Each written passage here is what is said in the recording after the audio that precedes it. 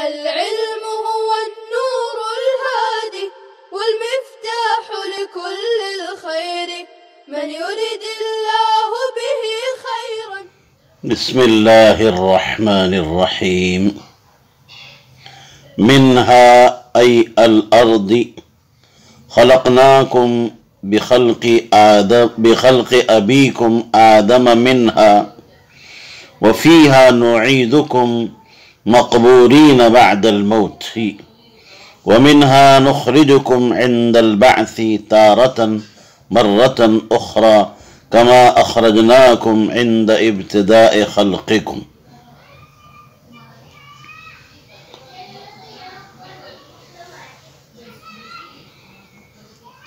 ہم نے تمہیں پیدا کیا منہا مٹی سے، زمین سے. ہا ضمیر کا مرجع الارض. بخلق ابیکم آدم منہا، تمہارے باپ آدم علیہ السلام کو زمین سے پیدا کرنے کے واسطے سے. وَفِيهَا نُعِيدُكُمْ،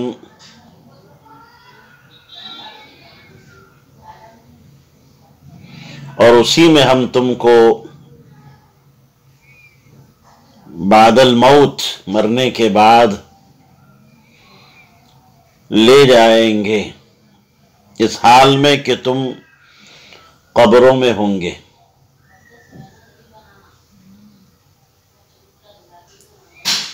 وَمِنْهَا نُخْرِجُكُمْ عِنْدَ الْبَعْثِ، اور پھر ہم تمہیں بعث بعد الموت کے وقت دوسری مرتبہ دوبارہ اسی زمین سے نکالیں گے،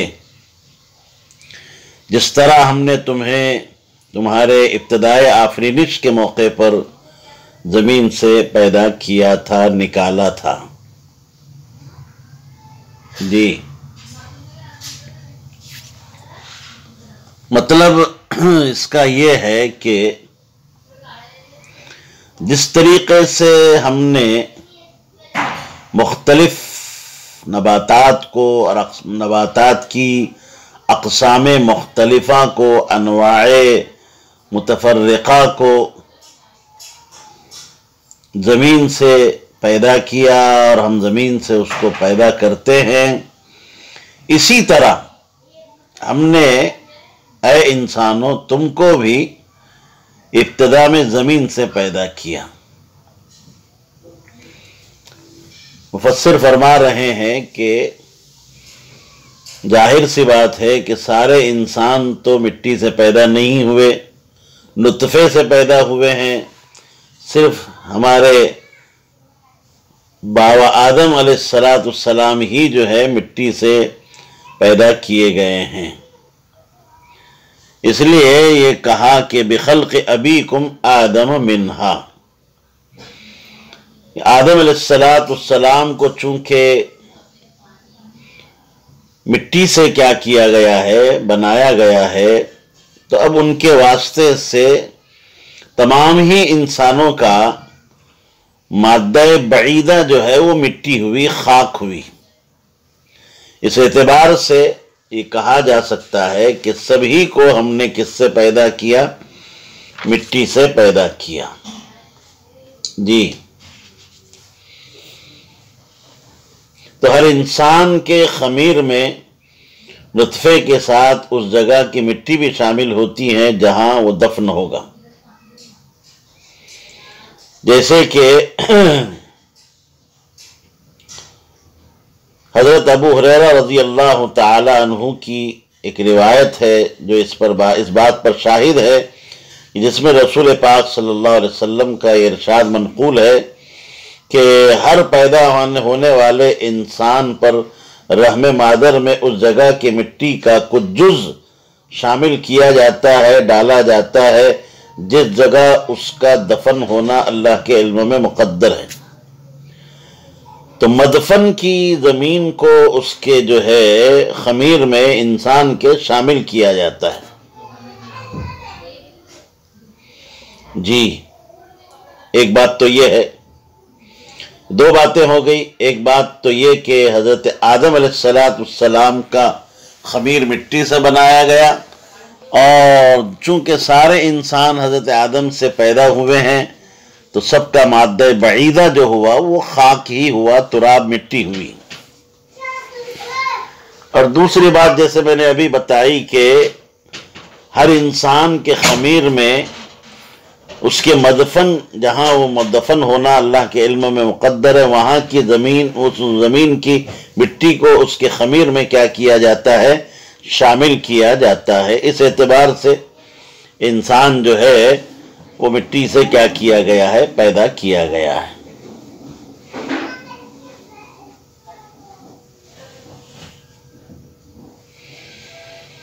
اور یہ بھی کہ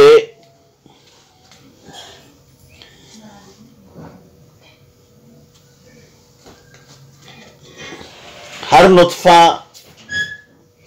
مٹی ہی کے پیداوار ہوتا ہے، اس لیے کہ غذائیں جو ہے وہ سب کے سب کیا ہوتی ہیں،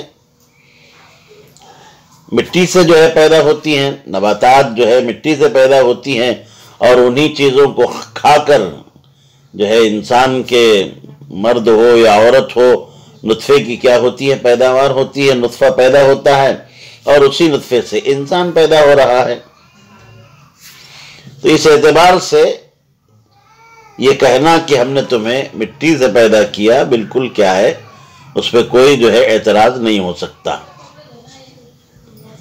منہا خلقناکم وفیہا نعیدکم، اور جب جو ہے انسان کا انتقال ہوتا ہے تو مرنے کے بعد وہ اسی مٹی میں کیا کیا جاتا ہے، ملا دیا جاتا ہے، شامل کر دیا جاتا ہے۔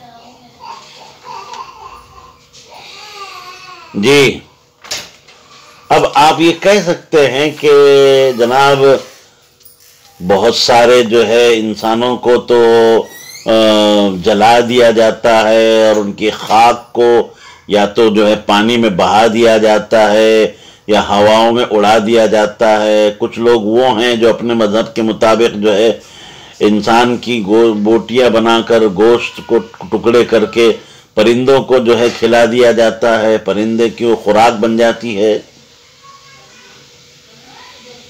تو یاد رکھیے کوئی بھی مردہ کسی بھی حالت میں ہو، بالآخر وہ ایک مدت کے بعد یا مدتوں کے بعد صحیح مٹی میں ضرور ملے گا، وہ خاک آلود ضرور ہوگا کسی بھی اعتبار سے۔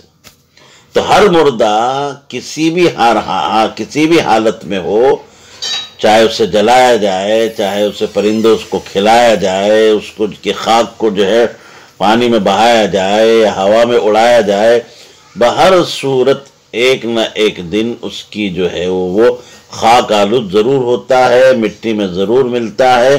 اللہ تبارک منہا خلقناکم وفیہا نعیدکم ومنہا نخرجکم تارۃ اخری، اور قیامت کے روز جب بادل مت ہوگا، پھر دوبارہ اسی سے جو ہے پہلی بار جس طرح سے اللہ نے پیدا کیا، ابدا فرمایا، اعادہ بھی اسی طرح سے کریں گے۔ منہا نخرجکم تارۃ اخری، جی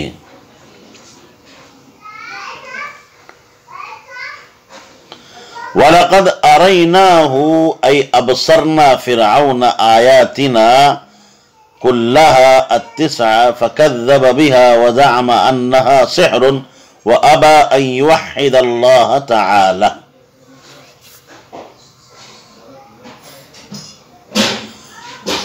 اور ہم نے اس فرعون کو اپنی سب نشانیاں دکھلا دی۔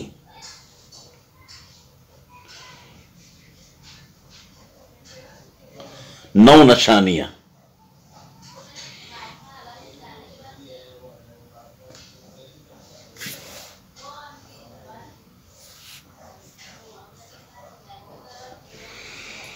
جی فکذب، فرعون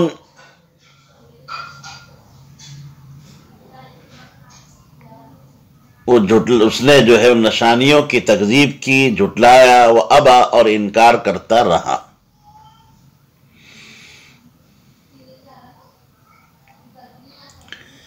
اس بات سے انکار کیا کہ اللہ کو ایک تسلیم کرے، ایک مانے۔ جی، فَكَذَّبَ بِهَا وَزَعَمَ أَنَّهَا سِحْرٌ، جھٹلایا تمام نشانیوں کو اور یہ خیال کیا کہ یہ سب کیا ہیں؟ سحر ہے، جادو ہے، اور اللہ کو ایک ماننے سے اس نے کیا کیا؟ انکار کیا۔ جی،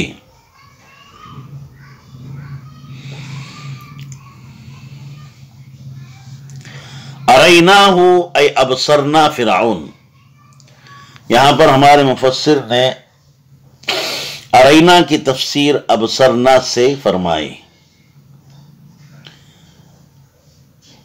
اس طرف اشارہ فرمایا کہ یہ رؤیت جو ہے رؤیت بصری ہے، رؤیت قلبی نہیں ہے۔ رؤیت دو طرح کی ہوتی ہے، ایک بصریہ ہوتی ہے، دوسرے قلبیہ ہوتی ہے۔ یہاں ابصرنا سے تفسیر کر کے اس بات کو واضح کر دیا کہ یہاں ارا یری اراتن، یہ ابصر یبصر ابصارن کے معنی میں ہے، یعنی رؤیت بصری مراد ہے، رؤیت قلبی مراد نہیں ہے۔ ہو ضمیر کا مرجع بھی ذکر کر دیا، واضح کر دیا، فرعون، کہ ہم نے فرعون کو دکھلایا۔ کیا دکھلایا؟ آیاتنا کلہا، ساری نشانیاں۔ مفسر نے التسعہ فرمایا، یعنی عصا اور جو ہے ید بیضاء، طوفان، قحط، جراد، قنبل، ضفادع، دمس اور تمس اموال۔ اب یہ سب نشانیاں کب دکھائی؟ تو اس کو آپ کہہ سکتے ہیں کہ پوری مدت دعوت میں، کیا کہو گے؟ پوری مدت دعوت، آپ حضرت موسیٰ نے جو دعوت دی ہے اور دعوت کا کام کیا ہے، تو فی عدت دعائہ جو ہے پوری مدت دعوت میں آپ نے یہ ساری نشانیاں کیا کر دی؟ دکھلا دی۔ تو اس طرح سے اگر ہم کہیں گے اور یہ توجیہ کریں گے تو جو اعتراض ہو سکتا تھا اس کا وہ اعتراض ختم ہو جائے گا کہ ابتدائے امر میں تو حضرت موسیٰ نے فرعون کے سامنے صرف دو ہی معجزے پیش کیے، عصا اور ید بیضاء۔ جی، تو یہاں آیاتنا کلہا اور اس کی تفسیر مفسر نے التسعہ سے کی ہے، تو اعتراض ہو سکتا ہے۔ تو اس اعتراض کو ہم اس طریقے سے دفع کریں گے جو میں نے آپ کو بتلایا کہ پوری مدت جو ہے دعوت میں اور پوری مدت تبلیغ میں حضرت موسیٰ نے نشانیاں بھی دی۔ اور ایک آپ اس طرح سے بھی کہہ سکتے ہیں کہ اللہ تعالیٰ نے حضرت موسیٰ کو جو نشانیاں دی تھی، جتنی نشانیاں دی تھی، اس سبھی نشانیاں دکھلا دی جو حضرت موسیٰ علیہ السلام کو عطا ہوئی تھی۔ اس وقت دو تھی، وہ سب نشانیاں دکھلا دی، مگر فَكَذَّبَ بِهَا وَزَعَمَ أَنَّهَا سِحْرٌ، وہ جھٹلاتا رہا اور یہ خیال کرتا رہا کہ سب کیا ہے؟ جو ہے جادو کا اثر ہے، یہ جادو ہے، معجزہ نہیں ہے۔ یعنی کوڑ مغز نے حق کو باطل سمجھا، حق کو باطل سے تعبیر کیا، معجزہ حق ہے، سحر باطل ہے۔ جی، وَأَبَى أَن يُوَحِّدَ اللَّهَ تَعَالَى، اور اس بات سے انکار کرتا، اللہ کی وحدانیت سے انکار کرتا رہا اور اپنے کو جو ہے انا ربکم الاعلی کا جو ہے اس کا دعویٰ کرتا رہا۔ جی، قال اجئتنا لتخرجنا من ارضنا مصر ويكون لك الملك فيها بسحرك يا موسى، اور کہنے لگا کہ اے موسیٰ تم ہمارے پاس اس واسطے آئے ہو، لتخرجنا من ارضنا مصر، کہ تم ہمیں ہماری سرزمین مصر سے کیا کر دو، ہمارے ملک سے اپنے جادو کے زور سے نکال باہر کرو، وَيَكُونُ لَكَ الْمُلْكُ فِيهَا، اور تمہیں سرزمین مصر میں بادشاہت حاصل ہو جائے۔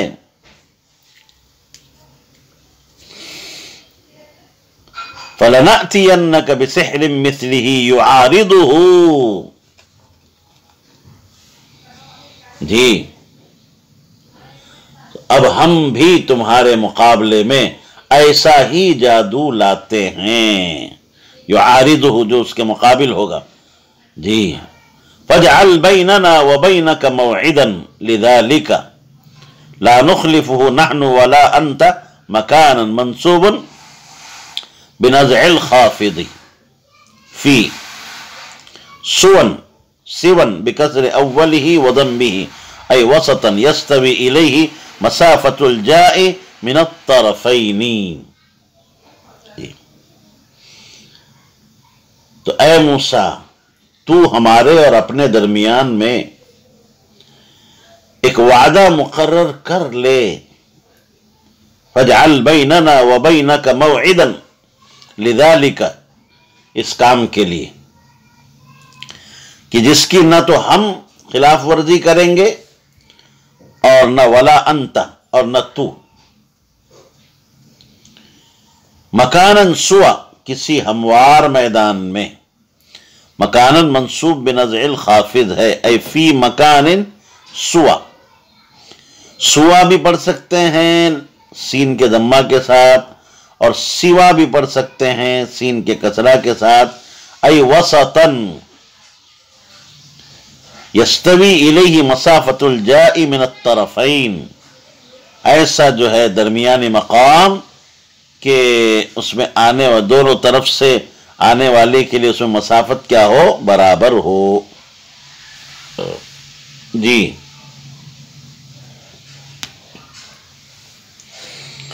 دیکھیے فرعون نے حضرت موسیٰ علی نبینا علیہ السلام سے یہ بات کہی ہے کہ اجئتنا لتخرجنا من ارضنا بسحرک یا موسیٰ. اے موسیٰ کیا تم اس لیے آئے ہو ہمارے پاس کہ ہماری سرزمین سے تم جو ہے ہمیں کیا کر دیں نکال دیں اور ہمارے بجائے تمہیں جو ہے سرزمین مصر کی بادشاہت اور ریاست حاصل ہو جائے اور تم یہاں جو ہے رئیس بن جاؤ بادشاہ بن جاؤ.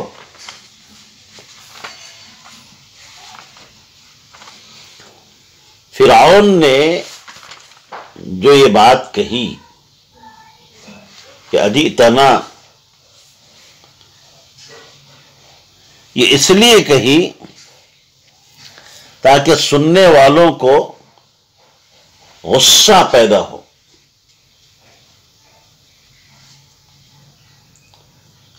اور غصے کی وجہ سے وہ حضرت موسیٰ علی نبینا علیہ السلام کی بات کے سننے کی طرف راغب نہ ہو مائل نہ ہو. اس مقصد کے تحت جو ہے اس نے یہ بات کہی ہے. بسحرک یا موسیٰ اسے اپنی بادشاہت اور اپنی ریاست پر جو ہے ڈر لگنے لگا. وہ حضرت موسیٰ کو تو حق سمجھ رہا تھا. ہاں یہ اس بات کی دلیل ہے کہ حضرت موسیٰ کو اس نے حق سمجھا. ہاں اگر وہ جادوگر سمجھتا تو بہرحال وہ تو اتنی بات سمجھ رہا تھا کہ جادوگر بھلا کہاں قادر ہو سکتا ہے کہ وہ جو ہے انہیں ملک باہر کرے ملک بدر کرے. وہ یہ سمجھ رہا تھا کہ موسیٰ علی نبینا علیہ السلام حق پرست ہیں اور حق کے دعوے دار ہیں. وہ ایسا کر سکتے ہیں لوگ ان کے طرف مائل ہوں گے راغب ہوں گے ان کے جو ہے ہم نوا ہو جائیں گے تو میری ریاست اور بادشاہت کیا ہو جائے گی زائل ختم ہو جائے گی. تو اس نے کہا کہ ایسا کرو ہم فَلَنَأْتِيَنَّكَ بِسِحْرٍ مِثْلِهِ کہ ہم بھی تمہارے مقابلے میں اپنا جادو پیش کریں گے جو اس کا معارض بنے گا مقابل بنے گا اس کا توڑ بنے گا. فَاجْعَلْ بَيْنَنَا وَبَيْنَكَ مَوْعِدًا کیا کرو؟ ہمارے اور آپ کے درمیان میں ایک وعدہ، ایک وقت مقرر کرو۔ موعدن، وعدن کے معنی میں بھی ہو سکتا ہے، یہ مصدر میمی ہے، اور موعدن اس کو ظرف زمان بھی جو ہے بنا سکتے ہیں، جیسے کہ مفسر نے کہا، اور یہ اجعل کا مفعول اول ہے اور مؤخر ہے، اور بیننا جو ہے یہ مفعول ثانی ہے، مقدم ہے، بیننا و بینک موعدن۔ جی، اور مکانن کے بارے میں مفسر نے بات بتائی، اس کی وجہ نصب پر روشنی ڈالی، یہ منصوب بنزع الخافض ہے، ای فی مکان، ای فی مکان، تو فی حرف جر یہاں کیا ہے؟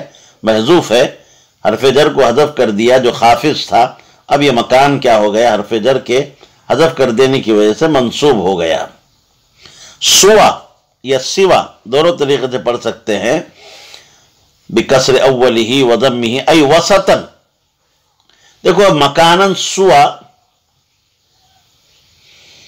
ایک تو یہ جیسے مفسر نے فرمایا کہ وسطہ ای یستوی الیہ مسافت الجاء من الطرفین،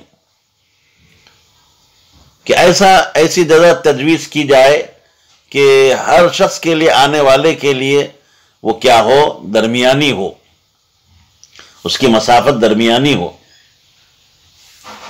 یہ حضرت جو ہے مجاہد اور قتادہ سے کیا ہے؟ مروی ہے۔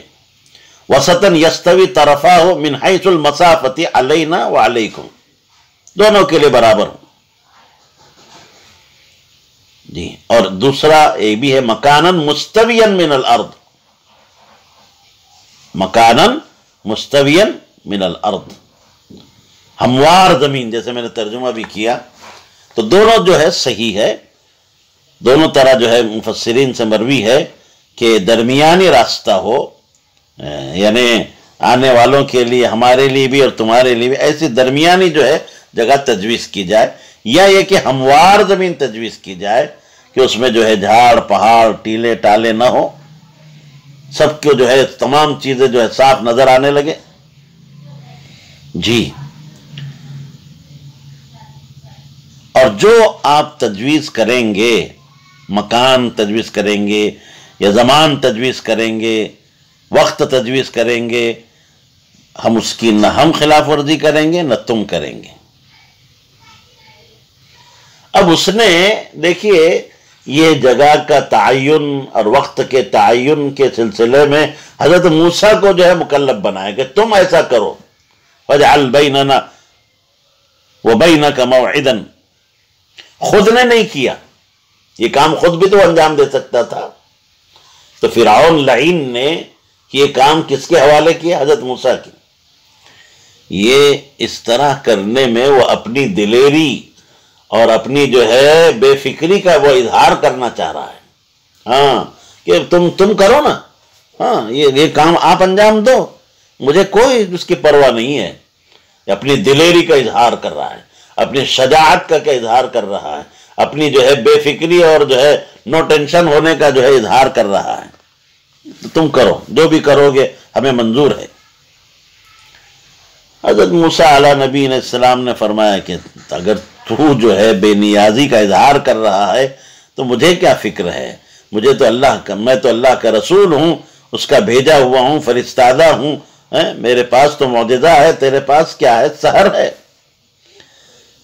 قال موسیٰ موعدکم یوم الزینۃ یوم عید لهم یتزینون فیہ ویجتمعون وَأَن يُحْشَرَ النَّاسُ يُجْمَعُ أَهْلُ مِصْرَ ضُحًى وَقْتَهُ لِلنَّظْرِ فِي مَا يَقَعُونَ۔ حضرت موسیٰ علیہ نبینا علیہ السلام نے فرمایا کہ تمہارے مقابلے کے لیے وعدے کا وقت وہ دن ہے جس میں تمہارا کیا ہوتا ہے؟ میلہ ہوتا ہے، ٹھیلا ہوتا ہے، یعنی یوم عید، تہوار کا دن، جس دن میں وہ بن ٹھن کے آتے ہیں اور اس میں جو ہے کیا ہوتے ہیں؟ جمع ہوتے ہیں۔ وَأَن يُحْشَرَ النَّاسُ يُجْمَعُ أَهْلُ مِصْرَ، اور اس میں لوگوں کو جمع کیا جائے، ضحن اے وقت الضحیٰ، ایسا وقت ہو، وقت مضاف یہاں محذوف ہے کہ چاشت کا وقت ہو، کیا کون سا وقت ہو؟ دن چڑھے لوگ جمع ہو جائیں، تاکہ للنظر فیما یقع، کہ اس میدان میں جو چیز واقع ہوگی تو سب اس میں کیا ہے اس کو دیکھیں۔ جی دیکھیے،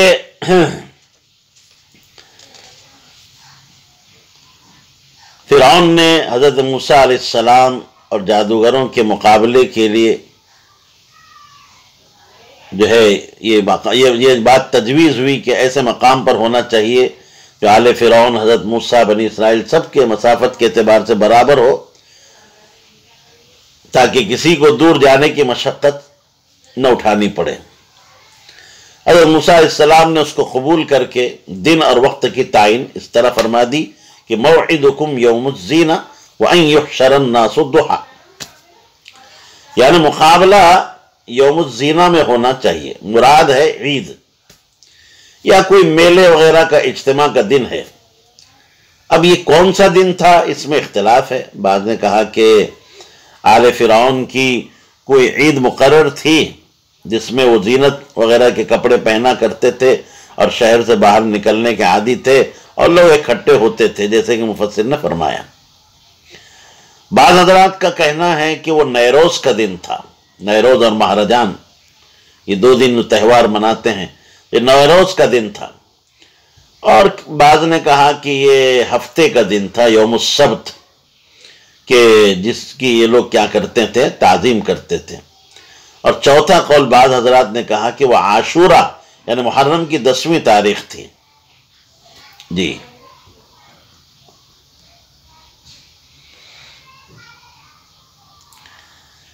دیکھو، انہوں نے تو کہا کہ جو ہے مکان کے بارے میں سوال کیا۔ حضرت موسیٰ علیہ نبینا علیہ السلام نے زمان متعین کیا اور یوم الزینہ، اس میں کئی فوائد ہیں۔ دن اور وقت کی تعین میں بڑی حکمت سے کام لیا گیا کہ دن ان کی عید کا تجویز کیا کہ سب چھوٹے بڑے ہر طبقے کے لوگ کیا ہوں گے، جمع ہو جائیں گے، اور اجتماع پہلے سے متعین ہی تھا عید کا دن، جس کا نتیجہ یہ لازمی تھا کہ یہ اجتماع بہت بڑا اور پورے شہر کے لوگوں پر مشتمل ہو جائے۔ اور وقت بھی کون سا مقرر کیا گیا؟ چاشت کا وقت رکھا گیا، اور آپ جانتے ہیں کہ چاشت کا وقت وہ وقت ہوتا ہے کہ جو آفتاب کے بلند ہونے کے بعد ہوتا ہے۔ اس میں ایک مصلحت تو یہ کہ سب لوگ اپنی ضروریات سے فارغ ہو کر میدان میں ان کے لیے آنا آسان ہو جائے، اور دوسری مصلحت یہ بھی ہے کہ یہ وقت جو ہے بالکل جو ہے روشنی کا ہوتا ہے، ظہور کے اعتبار سے سارے دن میں سب سے بہتر ہوتا ہے، اور ایسے ہی وقت میں دل جمعی بھی ہوتی ہے، سکون بھی ہوتا ہے، تو تاکہ لوگ دل جمعی کے ساتھ اور سکون کے ساتھ اہم کام کو انجام دیں۔ تو ایسے وقت کے اجتماع سے سب لوگ جب لوگ منتشر ہوتے ہیں تو بات دور دور تک بھی پھیلتی ہے، کیونکہ وقت ایسا ہے جب لوگ جو ہے میدان سے جدا ہوں گے، منتشر ہوں گے، تو جو ہے یہ باتیں دور دور تک کیا ہو جائے گی، پھیل جائے گی۔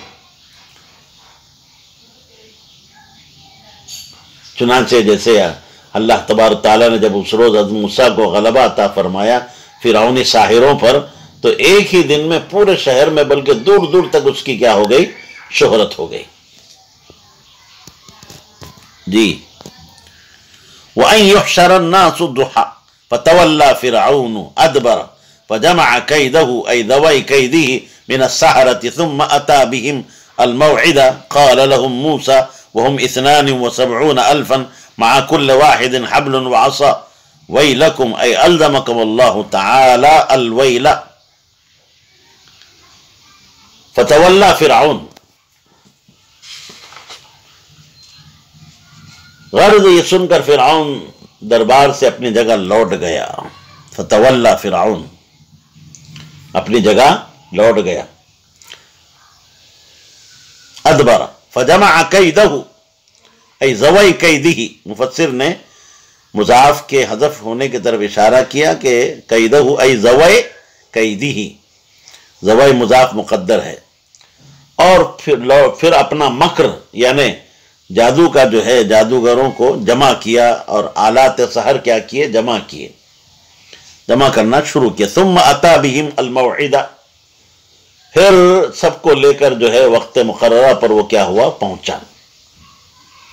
اس میدان میں جو جگہ طے تھی وہاں پہنچا۔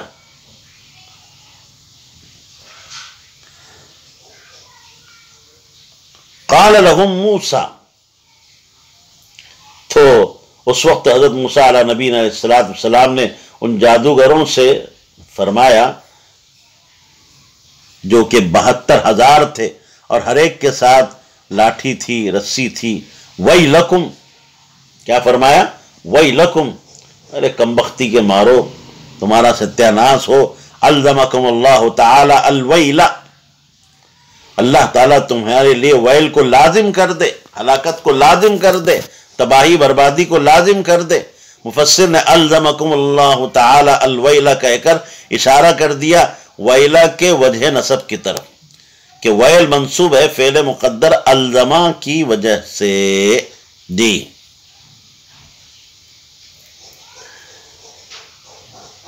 فرعون بہرحال جب طے ہو گیا، وقت طے ہو گیا، جگہ طے ہو گئی، تو مقابلہ موسیٰ علیہ السلام کی تدبیروں میں جو ہے تدبیر میں ساحروں کو اور ان کے آلات کو اس نے جمع کیا۔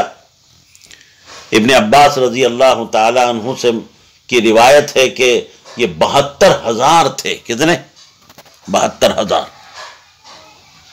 ابن حاتم نے ابن عباس سے اس کو نقل کیا ہے، اور محمد بن کعب سے نقل کیا ہے کہ وہ 80,000 تھے، اور حضرت کعب احبار سے مروی ہے کہ وہ 12,000 تھے۔ بہرحال مختلف اقوال ہیں، 400 سے لے کر 90 لاکھ تک تعداد بتلائی گئی ہے۔ ایک بڑا مجمع جادوگروں کا اس نے حضرت موسیٰ کے مقابلے میں لا کر کھڑا کر دیا۔ اللہ اکبر! جب جادوگر میدان میں کھچا کھچ بھر گئے اور پورے جو ہے قلم رو مصر کے لوگ جو ہے اس مقابلے کو دیکھنے کے لیے کیا ہو گئے، جمع ہو گئے۔ حضرت موسیٰ علیہ السلام نے جادوگروں خود سے مخاطب ہو کر ایک نصیحت آمیز اور وہ بھی ہمدردانہ انداز میں چند جو ہے جملے کہے، چند کلمات کہے کہ اللہ کے عذاب سے ڈرایا، وہ الفاظ وَيْلَكُمْ وَيْلَكُمْ، تمہاری بربادی، لا تفتروا علی اللہ کذبا، تم اللہ تبارک و تعالیٰ پر جھوٹ بہتان نہ باندھو، کذب تراشی نہ کرو، دروغ بندی نہ کرو، بِإِشْرَاكِ أَحَدٍ مَعَهُ، اللہ کے ساتھ کسی اور کو شریک قرار دے کر، فَيُسْحِتَكُمْ بِعَذَابٍ، اسحت یسحت اسحات بضم الیا وکسر الحاء، یسحتکم وبفتحہما فیسحتکم ای یہلککم بعذاب من عنده، اللہ اپنے عذاب خاص سے تمہیں ہلاک کر دے، تمہیں تمہارا استحصال کر دے، تمہیں جڑ بنیاد سے ختم کر دے۔ وقد خاب خسر من افترى کذب علی اللہ، اور ایسا شخص جو اللہ پر کذب تراشی کرے، دروغ بندی کرے، جو ہے جھوٹ کا افترا اور بہتان باندھے، ایسا شخص نامراد اور ناکام ہوگا اور خسارے میں ہوگا۔ جی یہ نصیحت آمیز چند کلمات ہمدردانہ انداز میں حضرت موسیٰ نے ان کے سامنے کہے، یعنی تمہاری ہلاکت کا وقت آ چکا ہے، اللہ پر افترا نہ کرو، بہتان نہ باندھو، اور اس کی جو ہے خدائی میں فرعون یا کوئی اور شریک ہے ہی نہیں، تو شریک نہ کرو، اگر ایسا کرو گے تو اللہ کا عذاب تمہیں پیس ڈالے گا اور جڑ بنیاد سے تمہیں جو ہے ختم کر دیا جائے، تمہارا نام و نشاں باقی نہیں رہے گا، نیست نابود کر دے گا۔ اور جو بھی اللہ پر اس قسم کے افترا پردازی کرتا ہے، دروغ بندی کرتا ہے، کذب تراشی کرتا ہے، اس کا انجام نامرادی ہوتی ہے اور وہ محروم ہوتا ہے۔